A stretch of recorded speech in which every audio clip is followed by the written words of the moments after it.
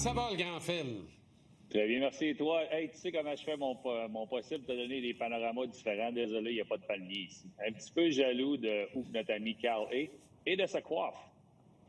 Oui, Carl a une coiffe de tous les diables, d'ailleurs, qui n'a d'égal que celle d'Arnaud Gascon-Nadon.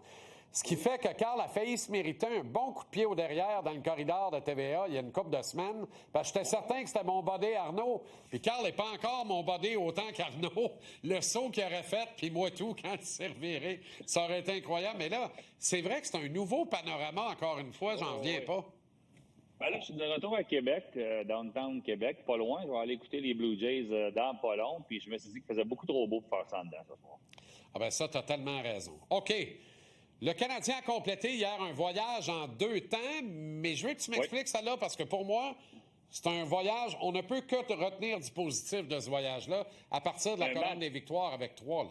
Pas un voyage en 2 temps. Très bonne saison. J'ai bien aimé tout ce que tu as dit tantôt sur le Canadien. Je suis d'accord avec toi qu'il devrait faire les séries avec le départ canon qu'ils ont eu. C'est un match en 2 temps. Alors, commençons par le début du match. On peut montrer les buts. Des fois, tu es aussi bien d'être better lucky than good, d'être chanceux que d'être bon. Alors, je te pose la question là-dessus. Je l'ai regardé à 1001 reprises. Est-ce que c'était un tir au but de la part de Suzuki ou vraiment une passe? Moi, je pense que c'est un tir au but où on envoie ça à l'aveuglette, tombe sur la palette du meilleur marqueur du Canadien, un des meilleurs marqueurs de la Ligue nationale, de toute évidence, Cole Caulfield. Le 3e but du Canadien, c'est un petit peu la même chose. On va voir ici, là, on va y aller. On a un petit peu de chance. Ça, c'est le premier. Le 3e, c'est celui de New York. Il y a un petit peu de chance là-dessus aussi. Le Dak a joué un très bon match de hockey. On va diriger la rondelle. Tu fais jamais des mauvaises choses. On les a dans le mauvais ordre. Ça, c'est le 2e. Ça, c'est purement du talent. Écoute, en avantage numérique, on a tellement d'options. 2 droitiers d'un côté. On peut envoyer 2 gauchers de l'autre. On a 1001 options. On est imprévisible du côté de l'avantage numérique du Canadien. Et le 3e but, celui qui est de New York, ben, c'est un petit peu de chance. Dak va envoyer la rondelle vers le filet, va poigner le patin du défenseur, va se diriger vers New York, qui fait flèche de tout bois, qui est en feu depuis le début de la saison. Celui-là, je l'avais pas vu venir. Puis après, ben, le match en 2 temps, c'est compliqué pour le Canadien parce qu'on a donné une chance à Seattle de revenir. Là. Oui, hélas. Et ça, c'est le beau inquiétant, là, comme dans tout n'est pas parfait. Là, puis encore là, loin de nous, l'idée de faire un petit pépi sa parade, Phil, mais honnêtement, il faut regarder ça puis dire tout n'est pas parfait. Là, puis la Ligue, elle croche en octobre. Elle commence à se redresser à partir du 15 novembre. À partir du 15 décembre, là, on joue le vrai hockey comme la game du hockey veut qu'elle soit jouée, en fait. Et c'est là où le Canadien va devoir s'ajuster lui aussi et placer sa game. Parce que tu ne pourras pas tout le temps gagner des matchs comme tu le fais depuis le début de la saison. Non, puis mon point, c'était ça, parce qu'on n'a pas vu le but de New York, mais il y a un petit peu de chance du côté du Canadien, mais quand tu fais des erreurs, puis je pense qu'on a le clip de Struble là, qui va prendre une pénalité. Tu es sur la route, tout va bien, tu es en plein contrôle d'un match, il reste une 12aine de minutes à peu près, si je ne me trompe pas, puis Struble va aller prendre une punition qui était amplement méritée. Il s'en va avec la rondelle, on va le voir ici, là, il va récupérer la rondelle. Il n'y a rien là-dessus, tu es en plein contrôle du match. Des fois, tu te demandes pourquoi que certains défenseurs jouent un petit peu moins. Tu es en plein contrôle de la rondelle. Tu n'as pas besoin d'un 4e but.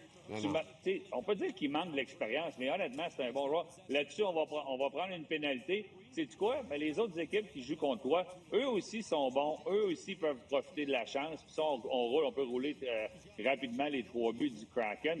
Mais le Kraken a été chanceux après ça. Mais la seule raison pourquoi le Kraken est revenu dans ce match-là, puis eux peuvent être heureux d'être allés chercher un point, ben c'est justement à cause du mauvais geste de Struble. Tu as le match en pleine possession. Moi, tu sais, le Canadien, ce que j'aime du Canadien, moi, je pense qu'il y a un dicton dans le hockey, moi, je l'ai appris, never be satisfied. Tu marques 3 buts un soir, ben, tu es supposé de le faire, sois pas satisfait, regarde vers l'avant. Moi, je suis convaincu que Martin Saint-Louis et son groupe d'entraîneurs sont très contents du début de la saison, mais ils sont pas satisfaits. Puis ils devaient être amers un petit peu de la façon que les choses se sont passées. Parce que, tu le sais, si tu ne l'apprends pas en début de saison, il va peut-être être trop tard en milieu de saison, puis il va être définitivement trop tard en fin de saison si ton aspiration, c'est d'aller vers la Coupe Stanley pour avoir des jeux comme ça. Mais on a une wild card avec le Canadien qui s'appelle Cole Caulfield, qui est capable de sauver les meubles soir après soir. Encore là, c'était pratiquement un revirement en supplémentaire auquel on a eu droit. Puis Cole Caulfield a sorti ses mains magiques pour aller gagner le match. Oui, donnant raison à mon pool, d'ailleurs, victoire du Canadien au-delà des 60 minutes réglementaires. Mais Bon, ça, c'est une autre histoire. Parlons du match de Kirby Dach. Vraiment, un excellent match de hockey de la part de Dach. Je continue de penser que l'avenir de ce gars-là, si le Canadien veut gagner la Coupe Stanley un jour avec Dach dans l'alignement, c'est à droite d'un troisième trio. Et je m'assume complètement avec celle-là. Puis hier, quand il y a du rififi en fin de match, là, parce qu'il insiste un peu trop, puis tout ça, bon, regarde, là, il sort ses mains. Quand il fait ça, c'est-à-dire une fois par 2 semaines, tout le monde pense que finalement, c'est un centre top 6. Arrêtez, là. Il sort un jeu de même, comme Josh Anderson en sort un ou 2 semaines aussi. C'est un allié de puissance d'un troisième trio capable d'emmener large. C'est ça, Kirby Dach. J'adore Josh Anderson, il a rééchappé à rondelle sur son premier move, là, mais Kirby Dach peut faire des choses comme ça. Puis c'est quoi ça? C'est un power move de power forward. Puis des power forward, t'en as jamais assez. Ce qu'il a besoin, là, c'est d'un meilleur langage corporel. Body language n'était pas bon l'année passée. Une meilleure, tu sais, puis de s'occuper de sa game à lui. Puis moi, c'est ça que j'aime. Je vois complètement un joueur différent. Dans les blessures, Dieu sait que j'en ai vécu plusieurs. J'ai manqué quasiment 400 matchs dans ma carrière à cause des blessures. Tu apprends beaucoup de choses. Est-ce qu'il a appris à se concentrer sur les petits détails, bien faire les choses, être un joueur important puis se trouver une chaise dans une équipe? Moi, je pense que oui. Puis la chaise que tu lui donnes de lier droit, c'est le troisième trio. Moi, je l'adore. Si un jour on veut gagner la Coupe Stanley, il ne sera pas le centre numéro 2. C'est pas lui. On va avoir les moyens, soit via transaction, soit via agent libre, d'aller combler cette chaise-là parce que celle du centre numéro 1, et je pense qu'il n'y a plus de doute. On sait c'est qui va l'assumer. Puis sur un troisième trio, tu as besoin de gros bonhommes. Reste une chose, c'est qu'il reste en santé. Ça reste à voir, mais moi, j'aime beaucoup ce qu'on voit de lui. C'est pas les buts et les passes que tu veux voir, c'est une implication physique. Puis des jeux comme il a fait hier, puis des percées au but comme il a fait. Puis excuse-moi, mais ici, au centre Vidéotron, là, pour ceux qui s'en souviennent, il a dévié une rondelle devant le filet. C'est un jeu que peu de joueurs peuvent faire, le hand-eye qu'il avait. Fait qu'il peut nous amener vraiment beaucoup chez le Canadien. C'est pour ça qu'on continue à parier sur lui, là. Je ne sais pas si quelqu'un, quelque part, a douté de ce que Logan Cooley avait dans la boîte à poux, Phil, mais ne s'est pas entendu sur les termes d'un nouveau contrat en Utah. S'est responsabilisé, s'est retroussé les manches, a commencé la saison, a été tout feu, tout flamme. Voilà le résultat, 80 millions pour 8 ans, une entente pleinement méritée. Et je te pose la question, tiens, la question balle courbe de ce soir, là. Puis encore là, tout est au beau fait que je connais la réponse de 12 partisans du Canadien sur 10. Je veux juste qu'on réfléchisse. J'essaie pas de faire en sorte que la petite boulette pogne la fan, là. Est-ce que le Canadien serait une meilleure équipe avec Logan Cooley pour alimenter Ivan Demidov sur un deuxième trio ou Zachary Bolduc à droite de Nick Suzuki et Cole Caulfield, ou le Canadien est une meilleure équipe comme on la voit actuellement?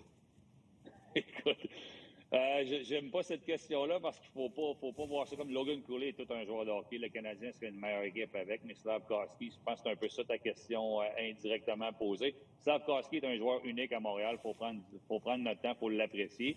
Mais amplement mérité. Il m'a passé plein de choses par la tête quand j'ai vu ce contrat-là.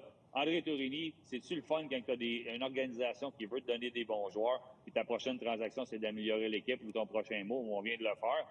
Puis moi, j'ai plein d'amis fortunés qui s'organisent pour que les enfants ne touchent pas 80 millions, ben, en tout cas, ou moins que ça, à ce jeune âge-là. C'est pas inquiétant. Content pour lui, mais 21 ans, 80 millions, ça n'a pas de sens. Mais c'est amplement mérité. Sur les ordres d'André Tourigny, il va sûrement rester discipliné. On va lui souhaiter. On y souhaite certains. Je pose la question différemment de bord. En avantage numérique, hier, position tamponneur dans l'enclave. Est-ce que Bolduc la met dedans ou Slavkovsky était le seul qui pouvait la mettre dedans? Slav était à la bonne place. Il faut lui donner du temps. Puis c'est correct que Bolduc, ça, c'est le deuxième avantage numérique. Parfait.